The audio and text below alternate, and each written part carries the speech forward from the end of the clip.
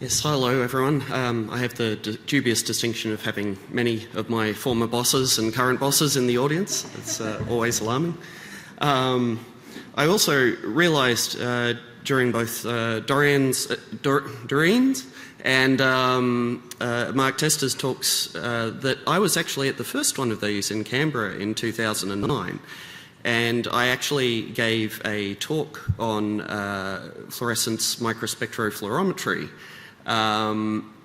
which is interesting because, as you'll see from my current talk, the closest thing I come to a pipette these days is a tractor-mounted push press. So it's been quite a change of scales for me over the years.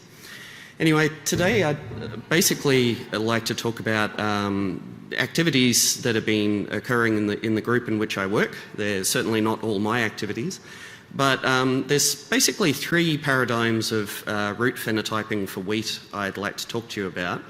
The first is an elegant little cabinet screen that has worked quite well for looking at root hair length. And I thought I'd better have at least one cabinet screen here, given the audience. But also, given Xavier's talk yesterday about the importance of proxy traits, I also think it's quite a good example of that. Then I'm going to move on to the middle such paradigm here, which is my bread and butter, which is looking at root distribution in soil cores in the field.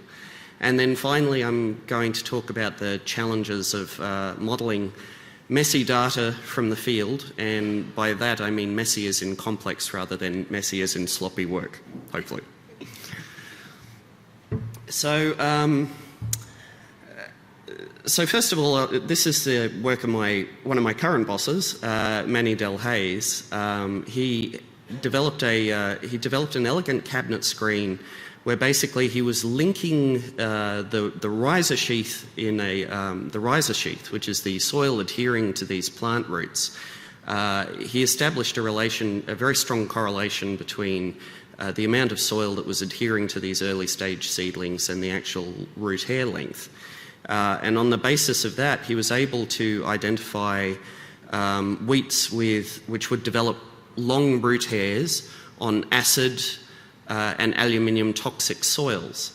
And we've actually been able to validate that in the field. We've taken it out to an acid and aluminium toxic site in Western Australia, and we've actually seen a yield increase for the lines with the long root hairs, which was lovely.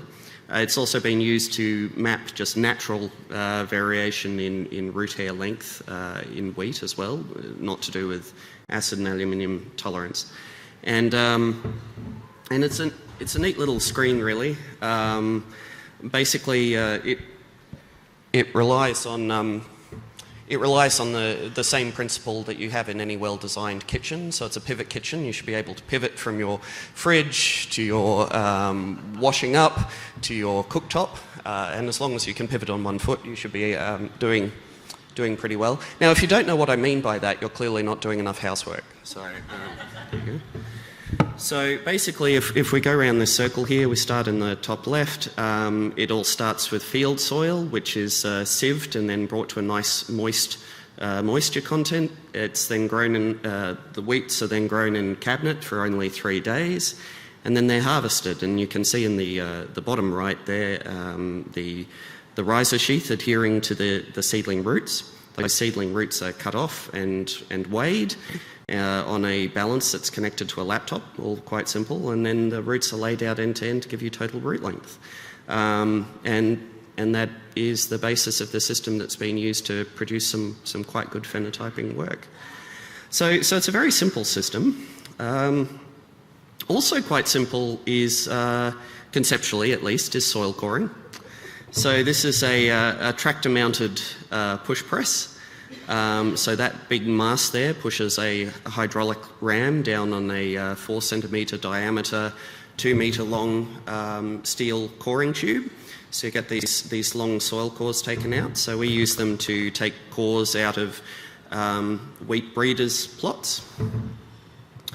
Now, instead of following the time-honoured tradition of taking them back to the lab and washing them out and looking at the root length density, that was going to overwhelm us in our storage space and our capacity to wash.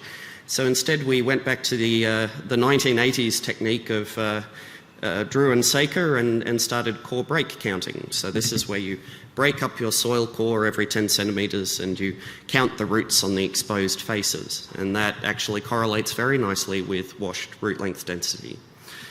So with those two simple approaches, here we have, we managed to do root length distributions in these soil cores for about 40 lines. Here I'm showing you 17 of those lines that were grown at two sites, one at Leeton and the titular Cootamundra from the title of my talk, though here it's actually called Bethungra. I really was just going for alliteration. So anyway, and what you can see here is that you have variation both between sites and between genotypes, and so it was a useful technique to perform. But like I said, core break counting is a 1980s technique, and we really wanted to be able to bring it into the, at least the noughties. So what we decided to do was adopt a machine vision approach to core break counting. Now, just photographing these roots in these soil cores, it's pretty tricky. You get a low contrast visible image. Frankly, I actually struggle to count all the cores in that image. But if you photograph it under UV excitation in a dark box, you get a beautiful high contrast fluorescence image. So what we did was we developed this imaging box, which we called the blue box, a portable setup that we actually take into the field with us. It just sits on the back of the truck. So what we do is we break our soil core up into one of these 40-well cassettes here. You can actually take the bottom, there's two lids, so you photograph both sides of it. They're top lit by UV light. That's what you see. No mouse. That's what you see up in the top right corner, and in the bottom right corner you can see all the little roots showing up in that image under fluorescence, under UV excitation, and then we worked with some of our machine visionistas to produce software that basically does the counting for each of those core break counts. Now, using that approach, we went from having to do our core break counting with a team of 5 to being able to have a team of 2 and the blue box. It's not so much a speed improvement as a sort of labour-saving device. But we wanted to reduce our labour even further, so we've built this trailer that also comes with us to the field now. It has a rack and pinion system that extrudes the soil core out of its tube, and then this robotic arm grabs the core as it emerges, breaks it off into 5 centimetre increments and loads it into the cassette. And that's what we use for loading the blue box now. So, using these sorts of, combining these various approaches in different ways, one of the things we were able to do a few years ago was laboriously, collect 400 root distributions for different genotypes. Sorry, I should have taken the time to explain earlier. Each one of these boxes is a different genotype. You have the root count on the x-axis, you have a reverse y-axis for depth. And for the purposes of the study, we had 4 plots per genotype, 4 cores per plot. So that's, for those who are counting, 6,400 soil cores that we took after harvest. Now this slide is essentially purposeless. It's completely useless other than to point out what an amazingly hard worker I am in front of all my explosives. So the question then becomes, okay, what do you do with all of this information? So this is the first largely unsatisfactory approach. So what you can do with these root distributions is you can boil them down into summary statistics. So, on the left-hand side, I've got a little cartoon here. You can figure out the maximum depth. You can take the total area under the curve as your total root count. You can then apply some arbitrary limit here at 60 centimetres and say, okay, these are my shallow root counts, this is my deep root counts. You can start to do ratios, you can mess with your flowering time and do root development rate. So it was encouraging exercise to do. We had a big mapping population with some commercial lines put in as well. The commercial lines are those red dots there. You can see big variation for all of the traits. Bigger variation in the mapping population than in the commercials. So, encouraging stuff if you were looking for genetic variation for breeding. What's less encouraging is when you look at those terrible, terrible coefficients of variation and the large error bars. And really what that's showing is the intense variability from core to core, caused by the differences in the soil itself. So in these times of crisis, we of course all turn to Reverend Bayes. And so the statistician I work with, Alex White, approached one of his Bayesian colleagues, Grace Chu, and presented our highly messy data. So here again, this is one of the genotypes from one of our trials. You can see just, the blue line is the average.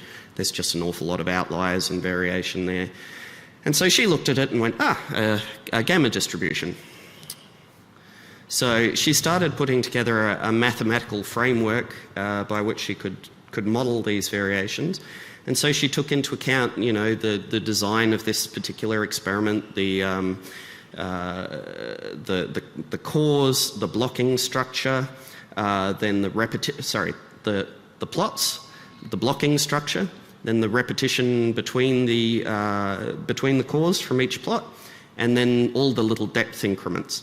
And this rather busy cartoon is more or less here just, again, to remind you that these cores are taking a snapshot of what is real variation. You can have cracks and pores, you can have impenetrable material, you can have changes in the distribution of the boundary layers in the soil and so on. So for those of you who have a similar experience of high school mathematics, and that's why you're in biology, just putting this up here, this is the mathematical framework. The kernel, pun intended, of the framework is actually that gamma distribution there in the middle. And just to break it down a bit, the gamma distribution is actually quite nice for looking at root distribution by depth. Those of you familiar with ecophysiological models of root distribution probably are aware of the Gage and Griegel model, which is what you get if you have a gamma distribution with an alpha of 1. You can see if you hold beta steady and increase the alpha, that basically what's happening is the bulk of where your roots are found moves down with depth. Likewise, the beta function is how rapidly it tails off.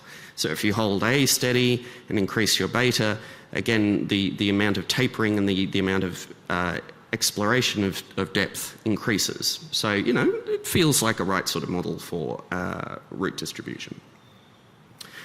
So the heritability, and this is a Bayesian estimate of heritability, so so it's an estimate, is that the overall heritability of the intensity function is about 0.65, which for root traits from the field is actually pretty impressive. Usually there's no heritability at all.